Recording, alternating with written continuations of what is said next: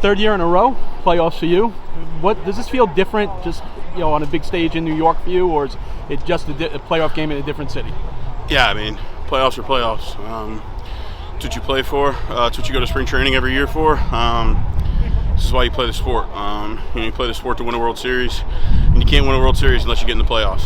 You get in the playoffs, and everything restarts, and nothing that happened in the regular season really matters.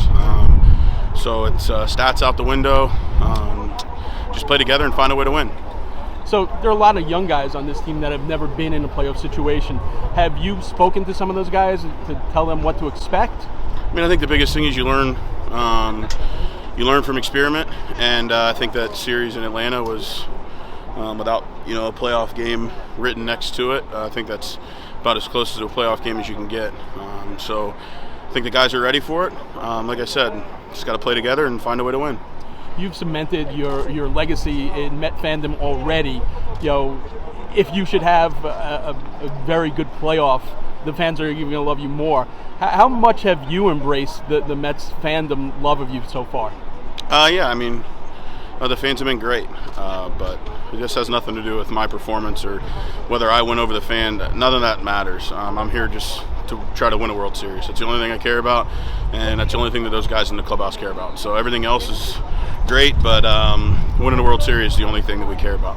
So lastly, I mean, every single guy you speak to on this Mets squad says the same thing. Francisco echoed it yesterday. He says he doesn't care if he goes 0-4 as long as the team wins. You've been on other teams.